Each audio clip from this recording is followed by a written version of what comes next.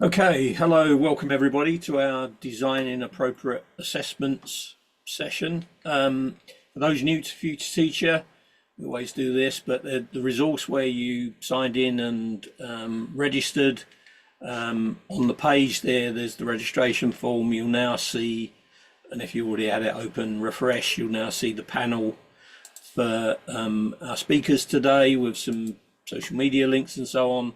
There's one presentation linked there, and the presentation from Darren and Thomas will be added later. But as well as that, you'll find all of the previous sessions and all the future sessions listed, and you can go to the previous recordings and resources for each of those. For those interested in Xerti, that I put a link to a little interactive resource we did as a fun exercise that's generated by AI, and has some different assessments, so you can play with that afterwards. There's a link there. But without any further delay, we'll hand over to our first speaker. So I'll stop my screen sharing. Okay, so I'd like to welcome Mairead O'Reilly, who was very involved, instrumental in setting up the student podcast series, which we're going to hear more about in a moment. So I've said to Mairead that we're just going to ask her 4 questions. She wanted to do this interview style, so we just got 4 questions about the podcast series, where we have students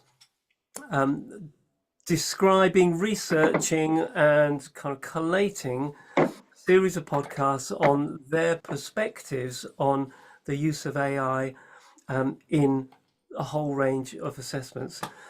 So if I share my screen to begin with, and then we'll get Mairead speaking to us. So just let me know when that's come through. Okay, is that? Yeah. Okay, so Mairead, many of us are concerned about the potential impact of AI on assessment validity, assessment robustness. In your context, were there specific concerns about your teaching colleagues, specific concerns they wanted to address, or was the project that you kind of instigated, was this more about raising awareness generally? It was, yeah, it was raising awareness generally. And what was the kind of stimulation for that? Why were people wanting to, or why were you feeling that awareness needed to be raised amongst your colleagues? It was the chatter really. The academics were concerned about students and cheating and plagiarism, etc. And then there was students having a different conversation. So it just seemed obvious that there had to be some sort of communication. Yeah, that's interesting that the students were having their perspectives and the academics having their perspectives as well. I think we'll see some of that will come through as we go through the session. So following on from that then, involving the students in bringing their perceptions, and we'll hear positive and negative perceptions, that I was really impressed by. That's a really interesting approach. But a lot of people, when they try to get student buy-in beyond the essentials of, does this count towards my final, does it give me credits for my degree? It's often very difficult because students have got lots of competing pressures. How did you address this? How did you manage to get quite a large group of students involved in the podcast series? Sorry, Well, can I just ask if Mairead, are you able to either move your mic closer or speak into a mic a little bit more? Thank you. yeah, okay. Is that Thanks. a bit better? Hello? Yeah, that's a bit better. Yeah, keep it nice and loud. That would be great. So I'd observed colleagues just a month or two beforehand where they'd ran a hackathon competition to try and gain insights from students. But while they got take up, they didn't actually glean any new information. So it got me thinking about how we should really try to communicate with students. not just second guessing what Mhm. we thought we might do. So that's where that came from, really. And how did you get student involvement? How were you able to persuade students to spend their time on doing the podcast rather than being out doing what other things they might prefer to do? Um, well, we ran. Sorry, I'm a bit confused there. Can you So, were there any sort of financial incentives for the Yes, student sorry. involvement? Yeah, sorry. I've worked on podcasts previously and thought that the notion of running a competition to participate in the making of a professional podcast with the added bonus of a monetary prize may attract a more focused approach, because it was obvious that the monetary prize didn't do the trick. And then if people were prepared to get in, students were prepared to get in for the long haul for a different reason, um, that would make a difference. So a podcast really requires far more commitment and dedication than completing a survey or entering a competition.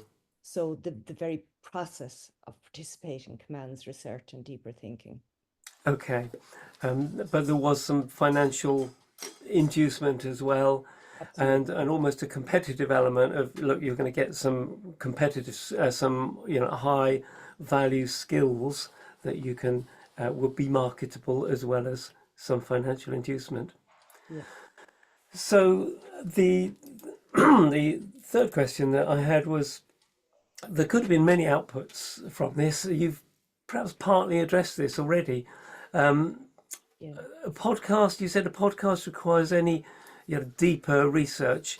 Were there any other reasons in terms of reach or anything else why you chose a podcast rather than traditional approaches? Um, a podcast just came to me because I suppose I work in that industry. I'm an audio engineer, and I've experience of people opening up in a studio situation, when you do voiceovers. Yeah. Um, so it just automatically, I thought to myself, well, if people have gone and done significant research and are thinking deeply about this, then they love the opportunity to talk about it. Right, and in a way that perhaps encourages it encourages ideas and discussion points that wouldn't otherwise have emerged if people were just putting together an article. Yeah, because I mean they were actually given they were given roles and responsibilities, and then within that there was an option to maybe have a discussion or a debate, or maybe do some external interviews which would inform research. So by having to take these roles, that generated, I suppose sometimes there were, there was an option on, pros or cons. So it really wasn't something that people could do on the fly. There Yeah, had to be thought yeah. and a lot of research. And Alistair, yeah. yep, final question then. Do you have any kind of key advice for someone who wanted to replicate, to do a podcast series with students? Were there any, perhaps three key points that they should either do or avoid doing? Well, I suppose the big thing that I see that goes a little bit wrong really is that people are not aware that it is two very separate skill sets, and they're not related. There's content creation and there's audio production, and both need to be equally good quality for a podcast to succeed. So audio quality is crucial. So I think that deciding on a format that you can realistically achieve is very important, and staying within that. So for example, only allowing material through that's sonically good. So just don't go above your head with the audio production.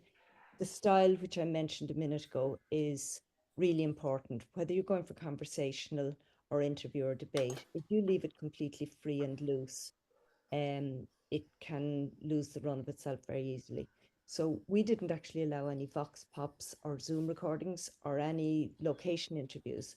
And a script was mandatory as well. Now, some people would disagree with that, but if you have the script, you can actually throw it away. But if you don't have it, it can be very hard to keep on track. So it works as a very good roadmap. And it helps to outline content and flow. And I also insisted that every group should rehearse out loud prior to entering the recording space. Yeah. And this would be normal behavior for the studio anyway. Great. So what we're going to do now, we're going to listen. We're going to hear from the people that were involved in doing that, from the students. We're going to start. Thomas is going to give us his part and give us some details on the assessment that he was exploring, and then Darren is going to kind of finish off by doing an overview of some of the key messages from the other parts of the assessment that came through this particular podcast process, and pulls together all those elements that students found were really important to them in terms of use of AI in assessment. So thank you very much, Mairead. And Thomas, are you ready to go? Yeah, I'll stop sharing. Yeah, thank you.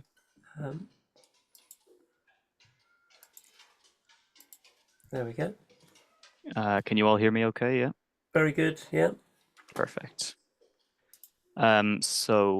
Okay, thank you, Alistair and Mairead. As Alistair said, my name is Thomas O'D. I was one of the students participating in that podcast project. So the first episode is mine. I have, if anyone's interested in having a listen or checking them out, you can scan this code on screen or just search for UCD Bridges and Bytes podcast, and you can have a listen. So I'm a fourth year electronic engineering student here at UCD. Darren will be presenting just after me. She's a mechanical engineering student and was also involved in this this project. So before we launch in with kind of a recap, we're going to be recapping and summarizing everything we concluded in the podcasts. Before we launch in with that, I'd like to give a bit of context. And first, I want to speak about this concern my team had when we were working on this project about the future of industry-specific AI tools. So this isn't actually something we spoke about in the podcast very much, but we all agreed that in the next few years, and this was a few years ago, we should expect to see a lot of AI tools arriving to workplaces that serve very specific purposes. So workplaces have obviously already been transformed by the arrival of AI and general purpose AI, but they're not using kind of their tools they're using are, in my experience, not usually specific to that industry. I'm working in an office here where we design silicon chips.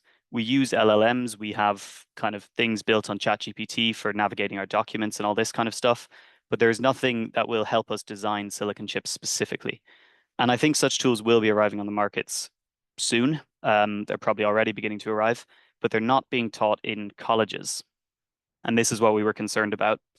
There is already a considerable discrepancy in some institutions, maybe not all, but there's already a discrepancy between the tools and software that students are taught to use in college versus what they are expected to use in the industry.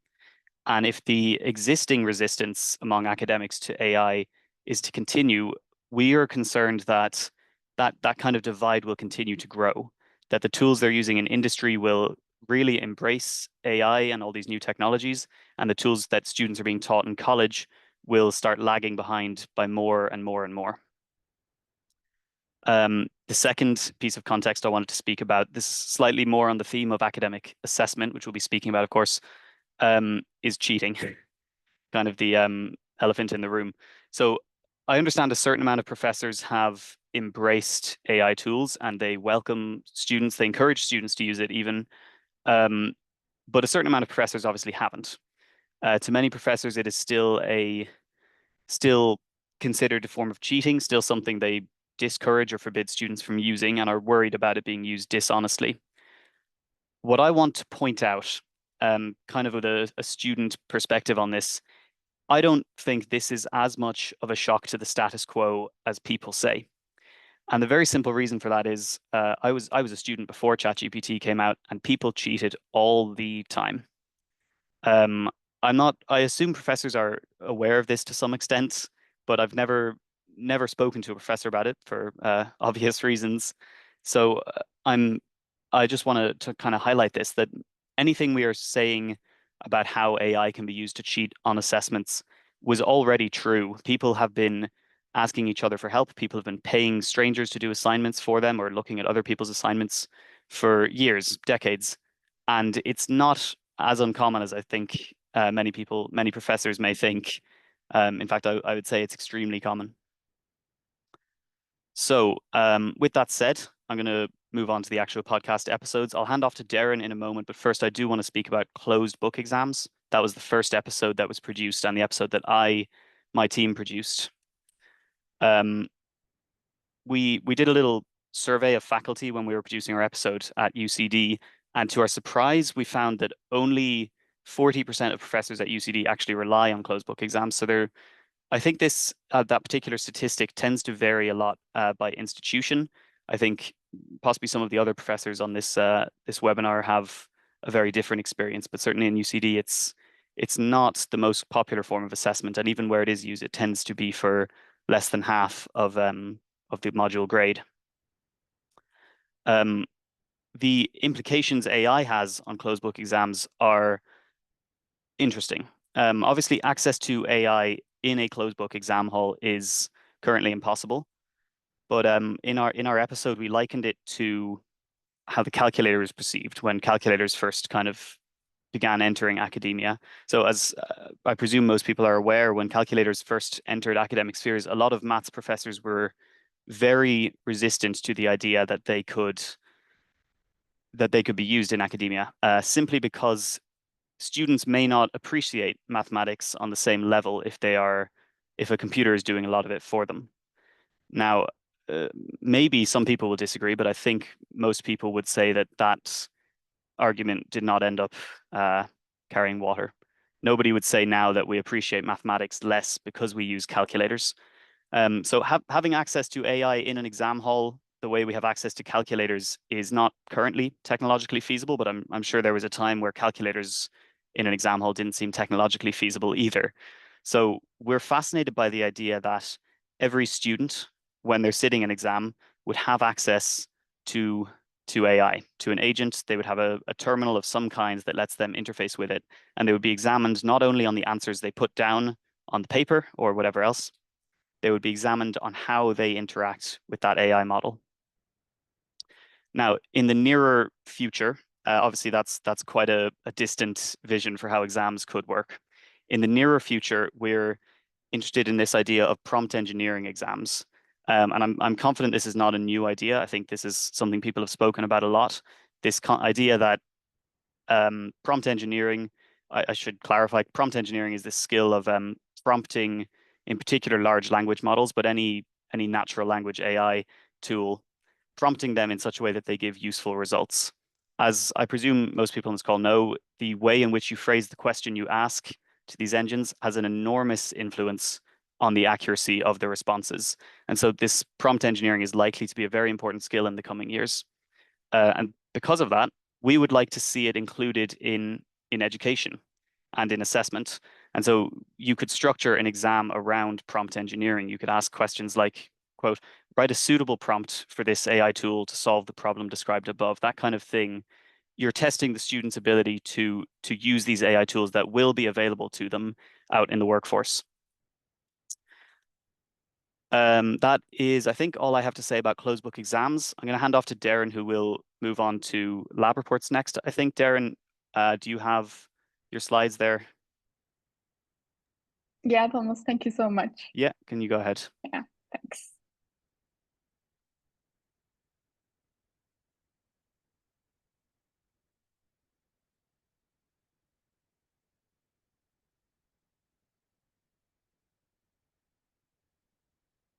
Can you see my slides? Is it okay? Yeah, we can see.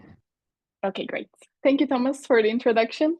Hello, everyone, again. We're so happy to be here today with you. So yeah, as Thomas mentioned, I will just basically give a recap on our podcast season and give the main highlights from each episode, in which we basically evaluated different types of assessments in each episode. So let's directly jump in. to the lab reports. Okay. So one of the episodes was about lab reports. So basically in this episode, students pointed out AI is clearly a research aid for them. And they said like it's a lifesaver for the topics they do not know prior to the laboratory. And because it gives quick and concise information, it allows them to prepare to the lab on the way. And also obviously it helps in report writing. And also they did some interviews with lecturers. And also lecturers also agree on AI cuts down on workloads, such as it basically cuts down repetitive and mundane tasks in report writing, such as coding. And this basically allows students to focus more on analyzing and interpreting the results. And also it has a huge language support, especially for the non-native English speakers such as myself. So yeah, I would say it's an amazing future of it. So yeah, when we check out the drawbacks in this episode, they also said it inhibits learning. That is, they said, do not make it a habit. Do not prevent the purpose of the lab. I mean, you can use it, but also do the hard work for yourself, for your understanding as well. And basically this leads us to the reduction in critical thinking skills because basically it leads laziness because students generally take the easy way. Also, as we all know, inaccuracy is another problem because not all the answers are very correct and accurate. And also plagiarism.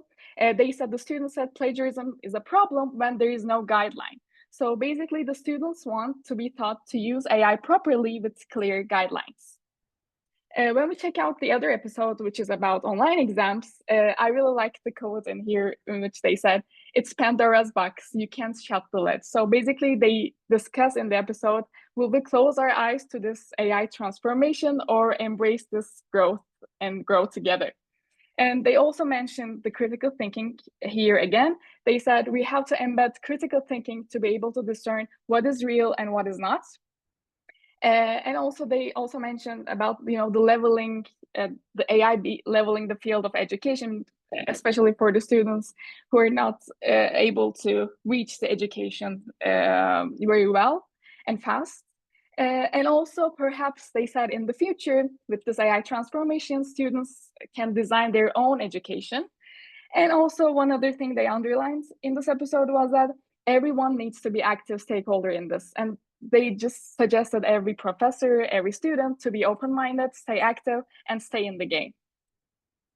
When we check out the other episode, which is reflective assignments, as we all know, reflective assignments are basically a person's reflections on their journey of learning and understanding a subject. So they have a personal touch, which basically makes them harder to replicate. So they thought they can serve as an option, as an option assessment, you can say, for preventing AI cheating. But of course, as AI will just get better and better, well, probably it will have personal touch in the future as well. So yeah, we will have to think about that also. And also they suggested to, in order to, reduce the AI dependency, let's say, to have live presentations and assessments.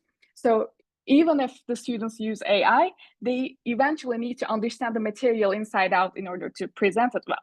So, but the problem here is because we wouldn't know whether they use AI in the thought process, it also poses some threat on creative thinking again.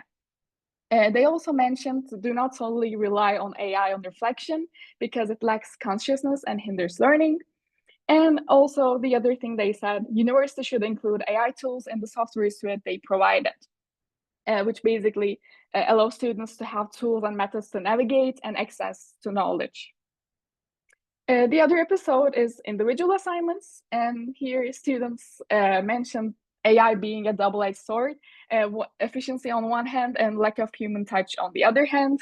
Again, they mentioned it smooths out the language barriers. And also for educators, I'm so sorry, they said grading it will be very helpful because it will save a lot of time. And also one other important thing they underlined in the episode was the so-called authentic assessments, in which basically the project or portfolio-based assessments, which improves students' critical thinking skills by applying knowledge in real-world scenarios. But the problem about these assessment types is that it takes a lot of time. So it might be hard to apply them in all of the modules. So there should be a balance. And the other thing they mentioned is that AI is perfect for getting the basics on a subject. And they said, use it to learn, do not use it just to submit an assignment. And what they really want to know is that how effectively and responsibly we can use these tools from universities. So they made an open call to the universities. And lastly, for the group work projects, I really want to share a suggestions the student made in the episode for the lectures and assessment strategy suggestion. So they said to the lecturers that, okay, you can take an assessment type that an assessment that you did previously and assign it to a group and say each student, okay, you can use AI wherever you want, there are no restrictions, but you need to show me where you use it, how you use it, and are you happy with the results? So in that way, a lecturer can understand how actually are students using AI in these assessments. And for example, in the submissions, if the lecturer sees an error, and he can say, go to students and say, oh, okay, in these topics, AI can be beneficial, but in these topics, it's basically misleads you. So if you use this on these topics, you will definitely get a low grade or something. And also in terms of student perspective, because it will be a group project, students can be learned from each other as well. For example, some students really avoid AI, some students are really proficient in using AI. So it will be like a supportive act, we can say. So yeah, as my colleague said, the Pandora's box is open. So I think we should all move together in this journey and transformation. And again, if you want to listen to our podcast, here are the links as well. Thank you so much for listening. That's great. Thank you so much, Thomas and Darren especially, and thank you, Mairead, for actually working with them to put that all together. I really recommend listening to the podcast. I've listened to them, and there's a wealth of detail and information that Thomas and Darren have really kind of given us the outline and the skeleton. So go and have a look at those. I'm going to pass over to Lillian, who's going to introduce our next speaker. Yeah, and a +1 for the Bridges and Bytes podcast is very entertaining, as well as shows the depth of thinking that some students will bring to bear about the different types of assessments that lecturers are using. So I am going to introduce Ross, who is very kindly here with us today. Ross is very much in the world of digital accessibility and leading on assistive technology and alternative formats as well. Committee member of GIST's Assistive Technology Network, and she's been a finalist in the ALT's Learning Technologist of the Year 2 years already, and many more to come, I'm sure. So we really value Ross's presentation. If you want to share screen, Ross, take it away. Let's share. Has that come through to everybody? Yep. Okay. So I have shared this presentation so that you can download it, because I'm going to whiz through it quite quickly today. It's a topic that I have discussed a lot with a lot of people, including many of our students. And it's really about the use of AI as a reasonable adjustment. This could be in coursework, but also in assessments at the end of a semester as well. So there's 3 things I want to make clear at the start. One is I'm not an expert on AI. Everything that I've learned in about the last 18 months or so, really since ChatGPT came out. And I learned it very much with a disability lens. The second thing is that the views that I'm presenting are very much my own within my role. They're not shared by all of my colleagues across the university. And the third thing is that I'm not presenting this from my own disability perspective, but through the lived experience of people that I've spoken to or worked with. So what I'm going to do is give you 3 different students, and each of them is using AI as a reasonable adjustment. But I want to try and show some differences, and perhaps as we go through progressively, more AI in more controversial ways as well. So the first student that I'm going to give as an example is Miriam, studying international relations, and Miriam is hearing impaired and has unique speech. And one of the first things that I think is really important is to think about the module assessment and what's actually being asked of the student and the role that AI would play in that reasonable adjustment. So Miriam has barriers around hearing other participants and giving spoken presentations. And the AI used is to help with communications in tutorials. So there is a system whereby speakers can wear a microphone and Miriam has something that's transcribing for her in front of her. And as each person speaks, there's a different colour of transcription. So she knows who each person is as they're speaking as well. And that is AI speech to text transcription. Taking lectures in notes can also use this, and giving spoken presentations. Miriam can type in what she wants to say and it generates speech which can be a part of the presentation. So text to speech, speech to text. Our second case study is Adil, who's studying physics. And really his course is mainly focused towards an exam at the end of the course.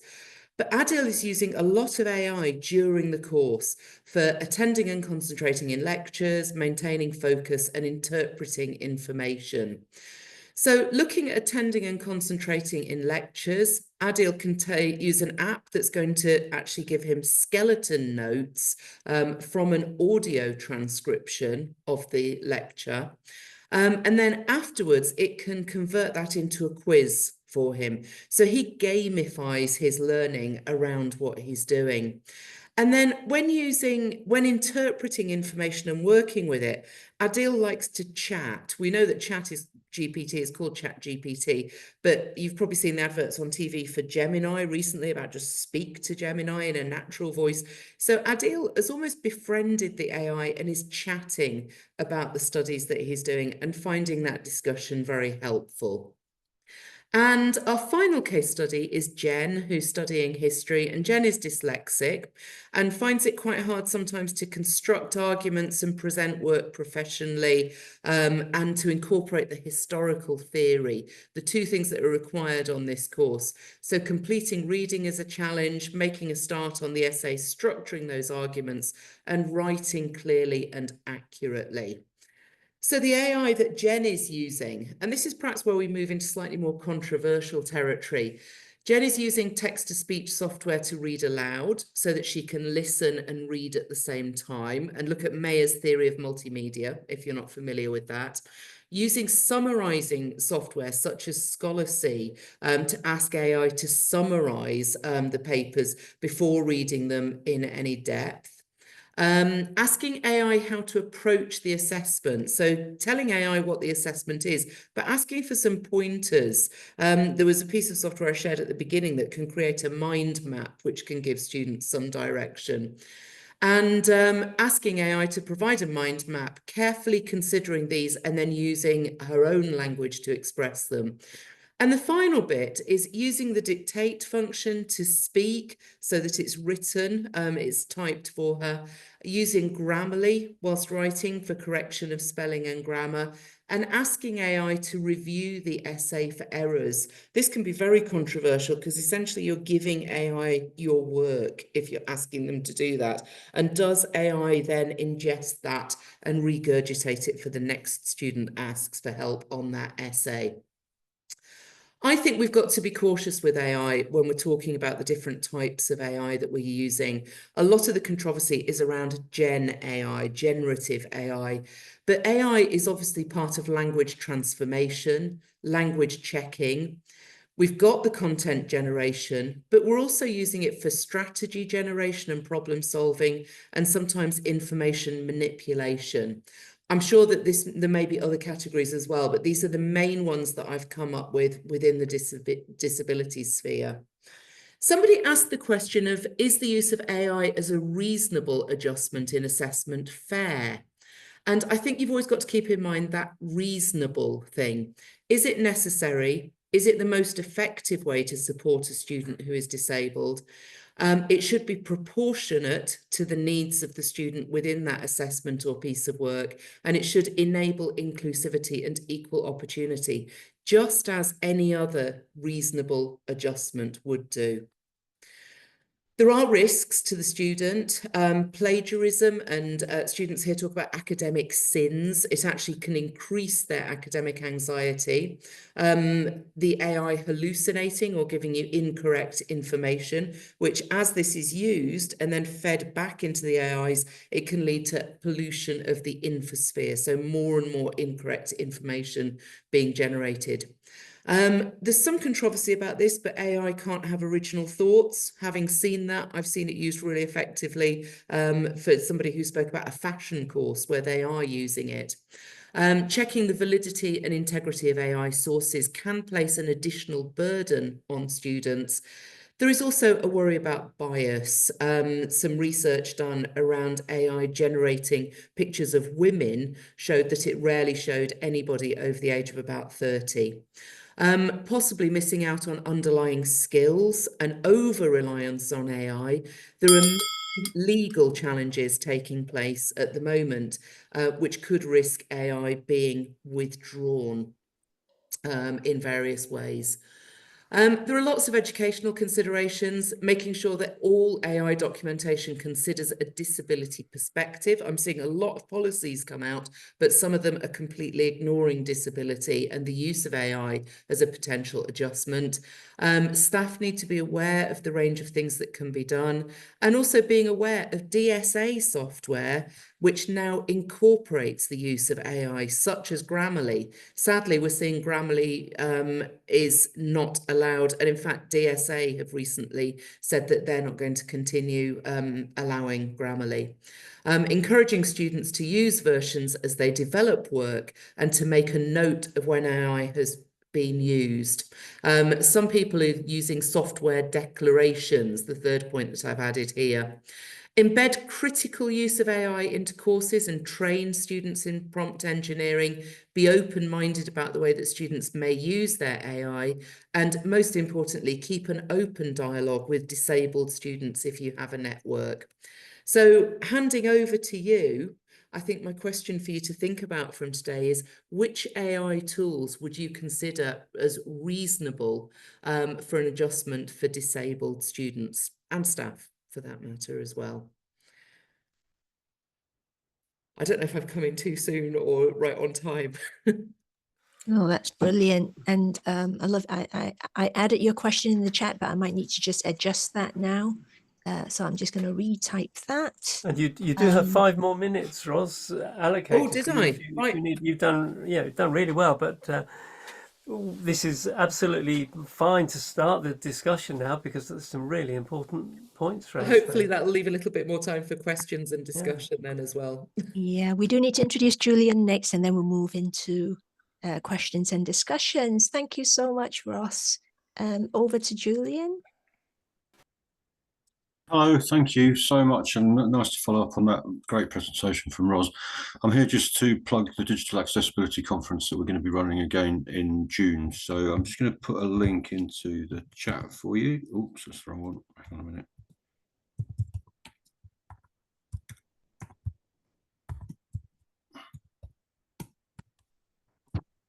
I've added it in, Julian. Oh, thank you. All Right, so yes, Digital Accessibility 25 is going to take place on the 25th of June. We have the website you can go to, you'll be able to sign up for information, and we'll keep you updated as our plans work towards the date. We're running the same distributed format that we ran last year. We ended up running about 20 odd events across the country last year to support the day. So encouraging people to take the opportunity to run a local event in your institution. I think it's a great way of bringing the people that are working on digital accessibility in your institution together and share the day, opportunity to reflect on the progress that you're making as institutions and learn from what's happening across the sector. So the theme for the day is towards institutional maturity. We have 3 sub-themes of the accessible university, the working the institutional machinery, and emerging and evolving best practice. So we have the calls for proposals are open now, and you can sign up if you want to run a local event, and we'll send you some stuff to help that make that go well. It's completely free of charge.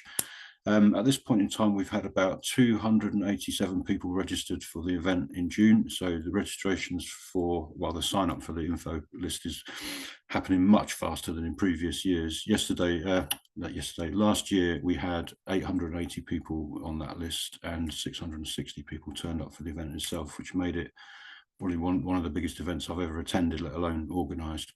So that's it. I was just here to plug that. Sign up, and I'll keep you updated with information as we work towards the date. Thanks very much indeed.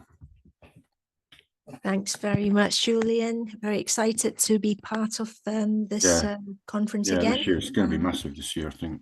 Yeah, highly recommend that everyone kind of joins in an organizational way. I mean, you could sign up individually, but if something can be brought together at your university, it's we'll keep an eye on the people that are registered to run a local event, and we'll make sure that we don't have multiple local events happening in the same institution. So if we need to join people up, then we will do, because I've already had somebody who wants to run a local event at Nottingham, and we're doing one.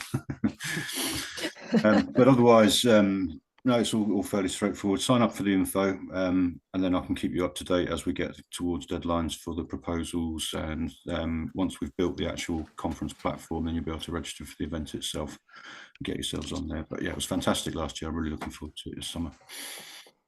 Thanks a lot, Julian. Brilliant. So yeah, we're going to turn back to questions for our speakers. And I think, fellow presenters, if you spot any questions that were asked in the chat, feel free to join in. There was one from Mike about people already using Google's Notebook LM to automatically create podcasts from text documents. So Mary, Mike was asking, have you tried it?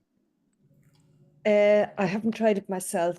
I suppose it's against my principles, but I am aware of people who have tried it, and they've been very impressed, but at the same time, they found the very lack of personal touch very noticeable. Absolutely. I would have thought if you hear too many of the same thing, it starts to wear you. And I must say, the Bridges and Bytes, the different personalities of the students come through, and it's really, really good. So I highly encourage people to engage with that one. Mike's just popped a hand up. Do you want to Okay. is there a follow-up question for Mairead? Yeah, I mean, one of the things they keep improving it, and initially I found it very annoying because they had two American male and female chatty presenters who come up with all this cool chat. The other thing was you gave it a document, and while it did cover the document, it does bring things in from the general language model that wasn't in your paper or document.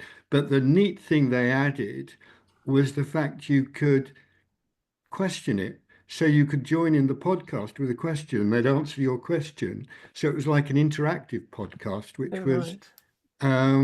made it interactive, which was, I don't know if people have tried that and what they thought of that, but that changed it a lot, because it meant you weren't just listening to the podcast, you were interacting with it. And they'd say, well, there's a question coming in, and you ask the question, they say it's interesting, and they'd answer it.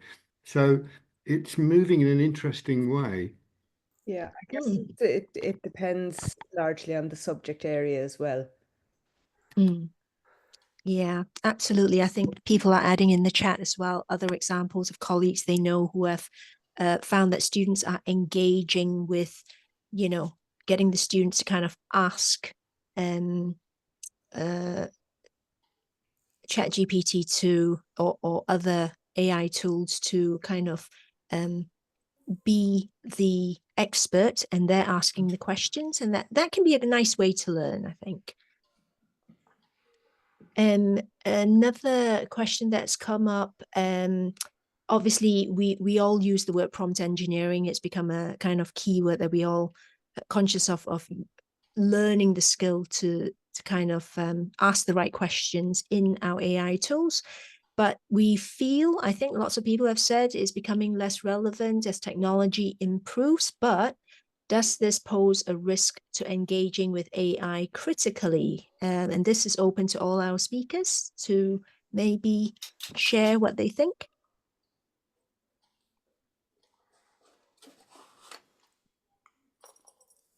I mean, I must admit, I was definitely worried by a trend that accuracy in your prompt engineering matters less and less, because in a way, the accuracy of the question that you're actually asking can be incredibly nuanced. And if it's taking a generic question and giving me an answer that it thinks is the bit within the generic question that I was actually asking about, it might not be the bit I was actually asking about, because I may not actually understand myself what I'm asking about until I start doing some prompt engineering. So I'd be interested in what people think, whether or not prompt engineering is less important, is actually undermining some really important critical thinking skills for learners or users.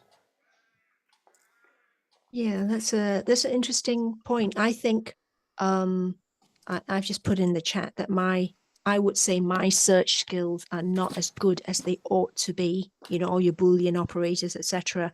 And so I find that I get better results if I just pop it straight into an AI like ChatGPT rather than Google search, because it gives me different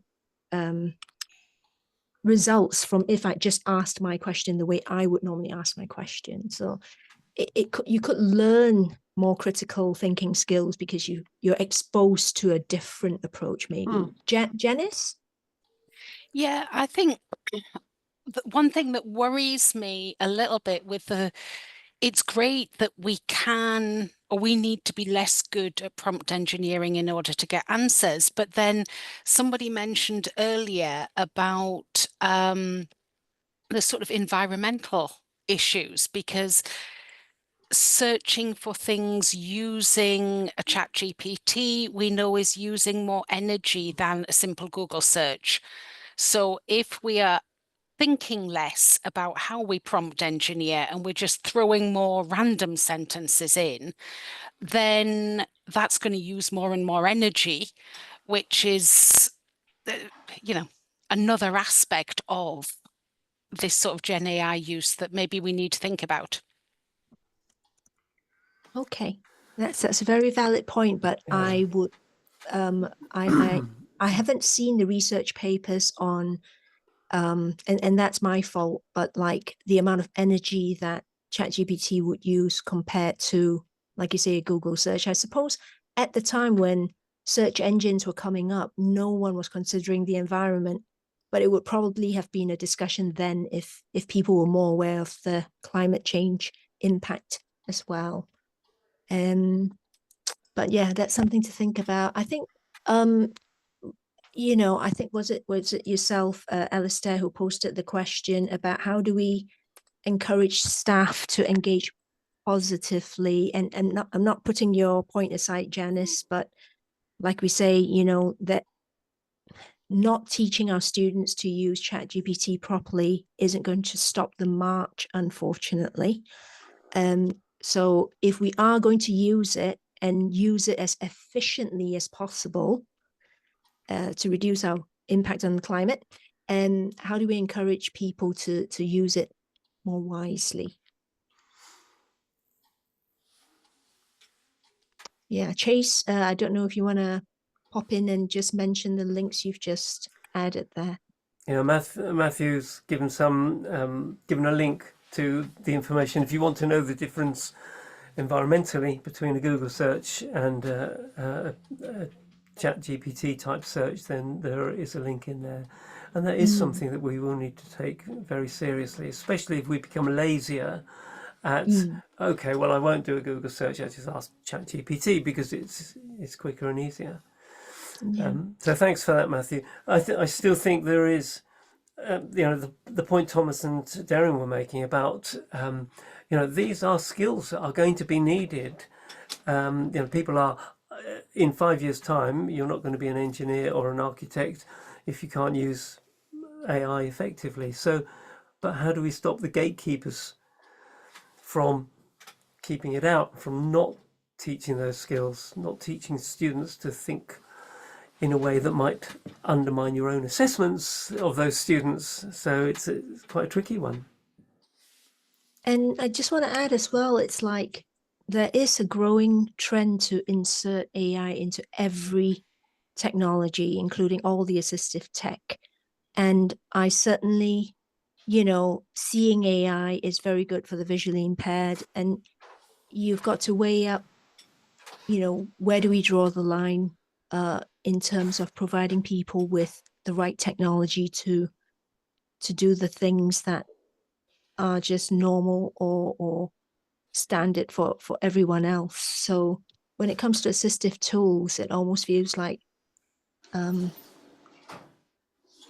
it's a very hard balance to kind of take something away because it uses up more energy when that person relies on it.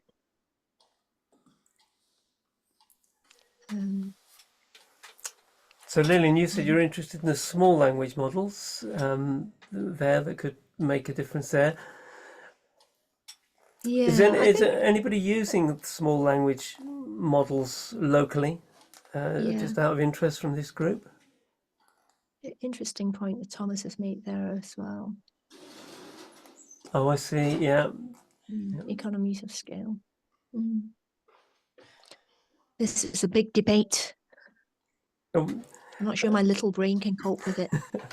And I mean, this is a huge debate. This whole area. It would be wonderful to have another 2 hours simply to talk to people about this and to get different perspectives. Because I was really struck also in Ros's presentation about where do you draw the line? Where does the use of AI for somebody with a disability mean that they're getting a completely unfair advantage over somebody that can't use it because they haven't got a disability? There are some big questions there, and I just wonder within the audience we got here, how many people have started looking at policies within your institution on disability policies, AI policies, and so on. Anybody like to offer anything in the text chat or put a hand up and talk? And specifically AI and assessments related policies, really, not just AI policies generally, but yeah.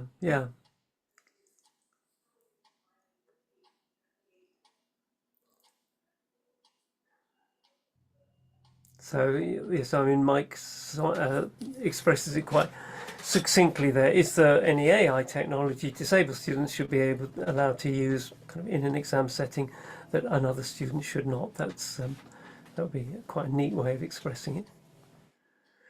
So, Jancis, you're looking at policies at the moment, but haven't managed to agree anything. Do you want to just tell us a little bit about the kind of tone of the discussions so far?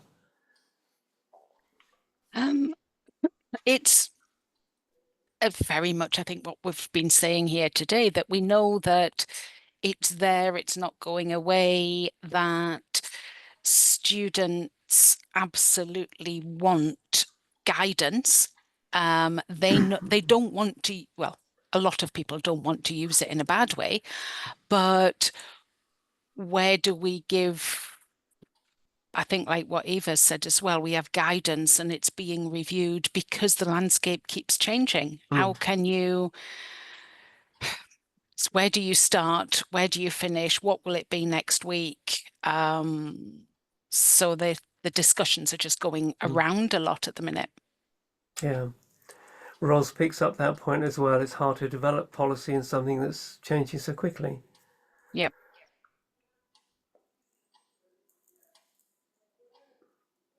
Isabel makes an interesting point there about digital poverty. And I'm very aware that there's a big difference between using Copilot, for example, or some of the free tools, and doing what my daughter has paid for versions. And if my daughter and I are kind of researching something together, she gets, she can do a lot of things very much more quickly than I can because I'm using the free stuff, and my free stuff doesn't have the capabilities that she has. So that digital poverty bit is an interesting one when it comes to some students being disadvantaged, even if you had good guidance, as Thomas and Darren were talking about. You know, it may be that there's going to be a group of students doing the group work who simply can't get the kind of support that another group of students doing the group work are. And it's all within policy, it's all absolutely above board in terms of assessment and all, everything else. But one group simply isn't wealthy enough to have the paid for AI that would do so much more for them. Discuss.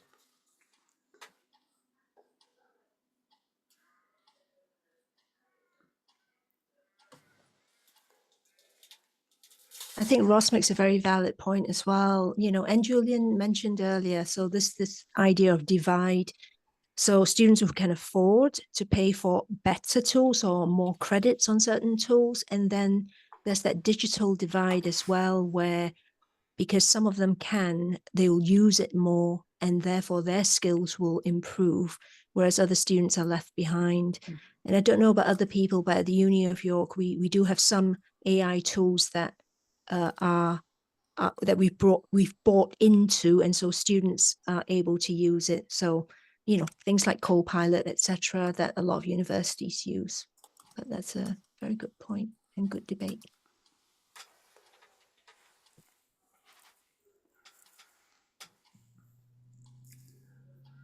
Yeah, good point, Mike. Yeah, like I say, technology always just becomes this magnifying glass on the problem.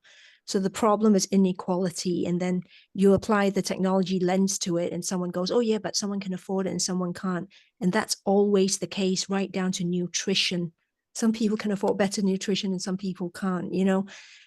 The technology question is the same lens to human inequality. It doesn't, it's no different.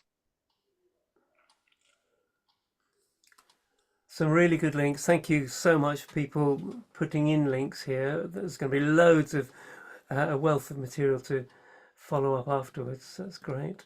I'm just going through those. Yeah, and another thought-provoking question from Mike there. Is there any technology, and a question to the audience, is there any AI technology that students should be allowed to use? Some students should be allowed to use and others shouldn't. And it's, I think the question will always be yes, and then where do you draw the line will be the follow-up. You know, someone who is slightly you know, needs a small amount of help versus someone who needs a large amount of help might be given exactly the same tool. So even that's complex. Ron, do you want to mention your one thing quickly? I saw you popped it in the chat, but people might not have spotted it yet. I did, Alistair. I put it in the text chat, just a reminder as people leave. I mean, we stay on afterwards for a bit of an informal chat, which might last longer than usual today, I guess. But yeah, before you leave, put in the text chat what one thing you would do as a result of what you've seen and heard today. You can't use AI to generate it. I'd like to bring Shan in. She had her hand up a little bit earlier. Oh, hi. I was just thinking about the, the use of AI in assessments, and you often find this kind of resistance to AI and assistive technologies, historically being questioned in assessment. We've been talking about that, but it's not keeping up with the use of AI that the person with the requirement might be able to use in the workplace. The two things, it's a point where the two things are one's not keeping up with the other, is it? One's being put into place because of academic requirements where it doesn't reflect the way that that person might be able to work in the workplace eventually. There's so many things creeping in of AI into all technology. We're looking at kind of our lecture capture system here. The next version of it's going to provide an AI summary of the lecture to the students. Are those sorts of where do we question these? These sort of things are all going to have to come up in some kind of policy, aren't they? Because there will be some resistance to that being offered to students. Why would students may not be going to lectures because the lecture is recorded, but the lecture is recorded for accessibility purposes. That was in Bangor, that was definitely the driving factor to having lecture capture here quite a few years ago. But now the AI offers a summary for the students to the actual lecture itself. Is the AI going to offer the summary that the academic staff actually want of their lecture? It's Yeah, I think we are all losing, in inverted commas, some control, aren't we? And we have to be happy with that. If we introduce, well, we not say introduce the tools, students will find a way to get their hands on tools, whether we try and put a gate on it or not. Yeah.